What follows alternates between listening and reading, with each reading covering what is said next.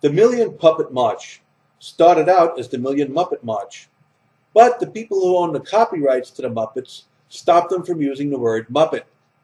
So, because Romney said that he's going to cut funding to PBS, the Public Broadcasting Service, otherwise known as the Petroleum Broadcasting Service.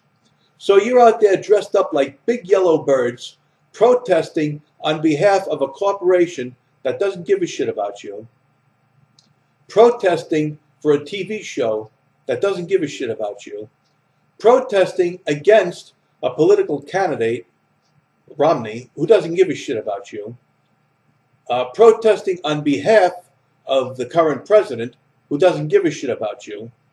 So, who gives a shit?